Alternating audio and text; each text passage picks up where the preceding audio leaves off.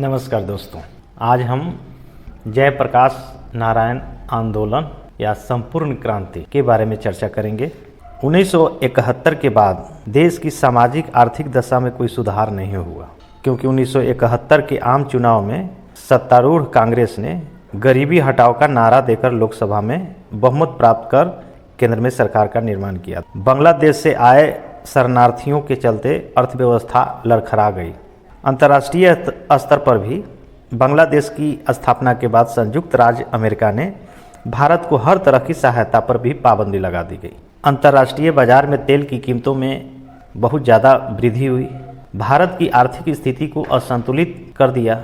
देश में कृषि की पैदावार में काफ़ी कमी आई।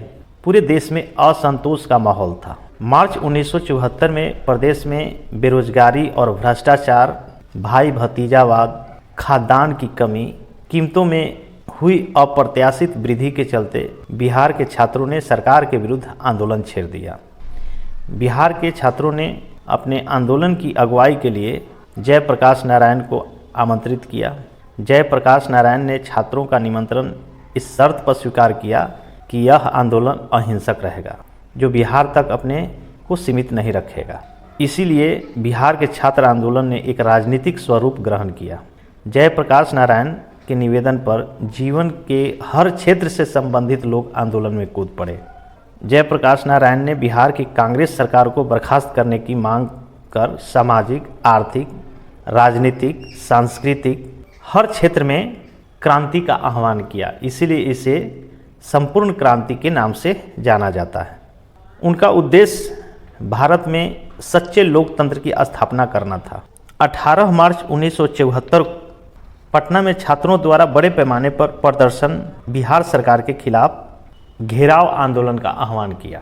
8 अप्रैल 1974 को बिहार छात्र संघर्ष समिति, जिसमें कई छात्र संगठन इसमें शामिल थे, जेपी से आंदोलन का नेतृत्व करने की अपील की। 1 जून 1974 को छात्रों द्वारा बिहार बंद का आह्वान शुरू किया और 5 जून को जयप्रकाश नारायण ने संपूर्ण क्रांति का आह्वान करते हुए घोषणा की, यह क्रांति है मित्रों और संपूर्ण क्रांति है।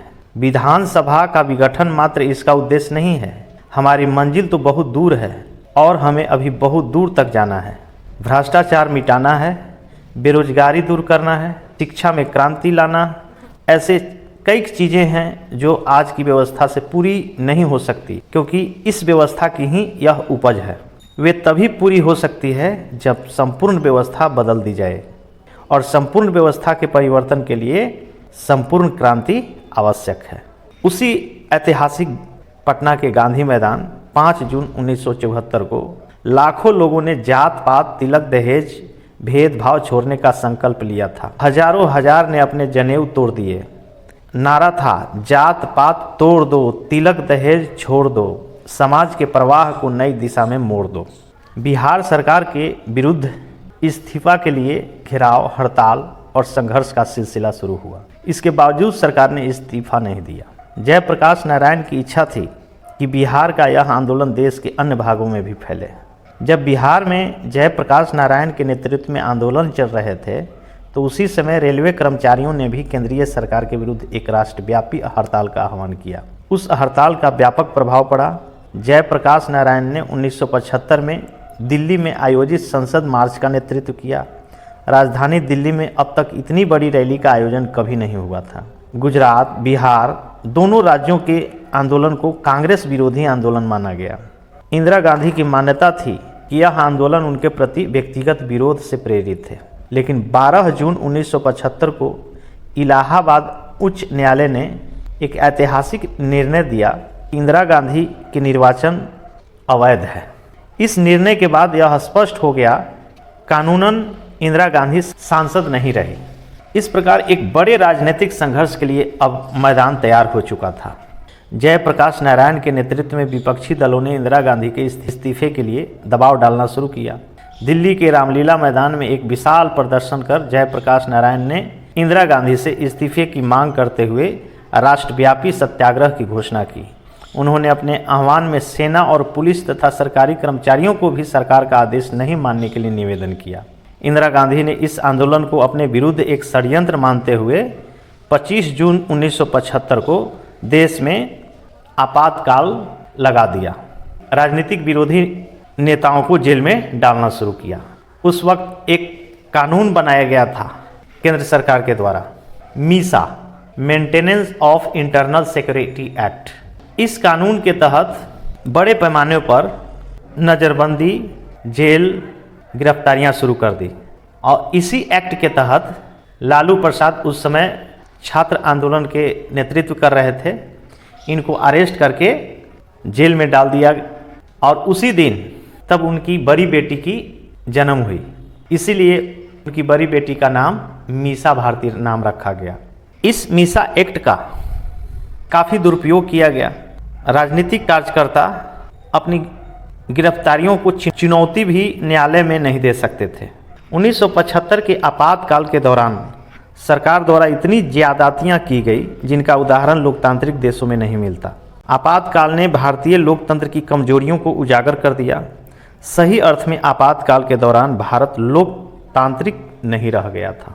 जैसे ही आपातकाल की अवधि समाप्त हुई, लोकसभा के चुनाव की घोषणा कर दी गई। सही अर्थ में 1977 का लोकसभा चुनाव एक तरह से आपातकाल के अनुभवों के संबंध में जनमत संग्रह था। 18 महीने के आपातकाल के बाद जनवरी 1977 में निर्वाचन की घोषणा होते ही सभी राजनीतिक नेताओं और कार्यकर्ताओं को जेल से रिहा कर दिया गया। 1977 के चुनाव के ऐन मौके पर विपक्षी दलों ने एक गठबंधन बनाया और उसमें सबसे प्रमुख पार्टी जनता पार्टी का गठन किया गया था और उसे लोकसभा में अप्रत्याशित सफलता प्राप्त हुई और 1977 में लोकसभा के चुनाव में जनता पार्टी और उसके सहयोगी दलों को 542 में से 330 सीटें मिली थी और इंदिरा गांधी स्वयं रायबरेली और उनके पुत्र संजय गांधी अमेठी से चुनाव पराजित हो गए थे। इस प्रकार हम देखते हैं कि भारत के इतिहास में एक प्रमुख राजनीतिक अध्याय था 1974 का जेपी आंदोलन। इसी आंदोलन के उपज हैं लालू प्रसाद यादव, नीतीश कुमार, सुशील कुमार मोदी, शिवानंद तिवारी, रघुवंश प्रसाद सिंह, रामविलास पासवान, जॉर्ज फर्नांडिस, ए.के. राय जैसे नेता बाद के दिनों में बिहार के सत्ता के इर्द गिर्द रहे या सत्ता में रहे। धन्यवाद।